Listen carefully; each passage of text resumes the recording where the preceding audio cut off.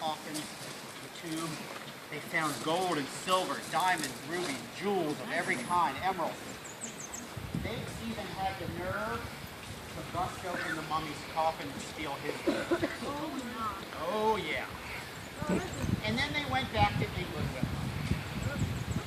But 1 month passed from the day they raided the mummy's coffin, when the first archaeologists heard this sound coming down the hallway.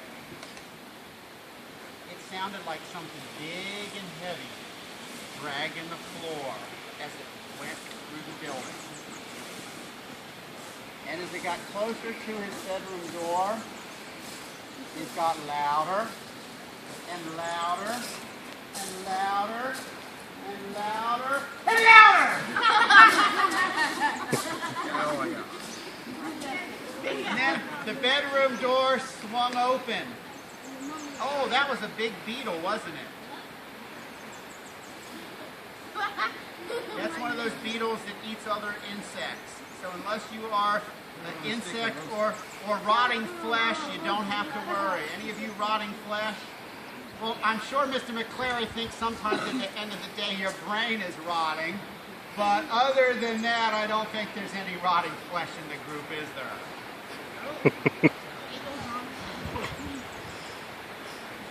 So, the coffin came in. He knew it was the curse of the mummy's coffin. It rocked halfway between the head, the foot of the bed, and the door, and then it got to the foot of the bed. The man was so scared, the archaeologist jumped out of bed and put his back against the headboard in the wall. Then the coffin rocked halfway between the foot and the head of the bed, and then the coffin door started to creak open. BAM! And the next morning they found the first archaeologist dead with his back up against the headboard and eyes wide open like saucers in fear. And nobody knew what happened, but the two survivor archaeologists knew it was the curse of the mummy's coffin. Remember, if you need to move, guys, slowly move to another place. It's bothering you, okay? Now, 6 months to the day they raided the mummy's coffin is the 6-month anniversary. And second archaeologist hears the same thing coming down his hallway. Oh, wow. Making the sound of dragging across the ground. How was that the one? As it gets closer to his bedroom door, it gets louder and louder and louder and louder and louder!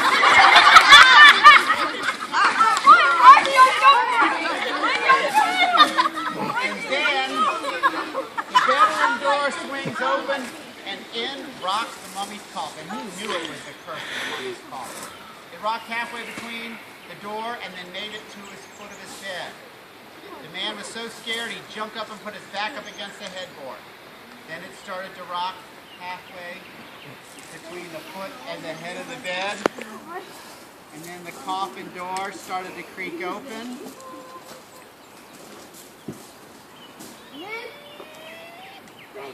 Bam!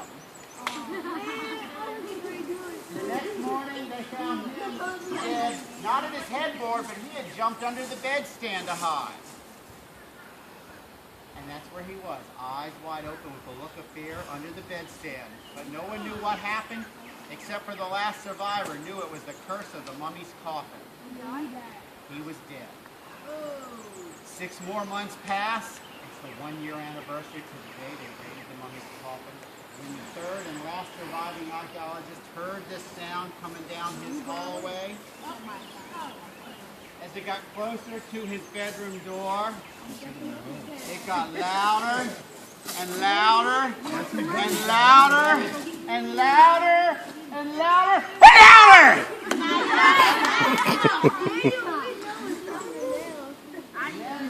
It rocked to the foot of his bed. The man was so scared he put his back up against the headboard. It rocked halfway between the foot and the head, and he got so scared he jumped out of bed. And then the coffin door started to creak open. BAM! But just in the nick of time, that last surviving archaeologist remembered something that just might save his life.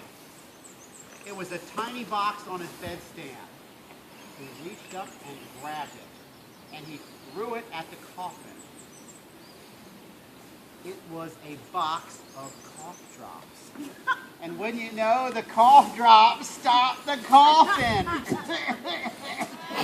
Cough drop, they stopped the coffin.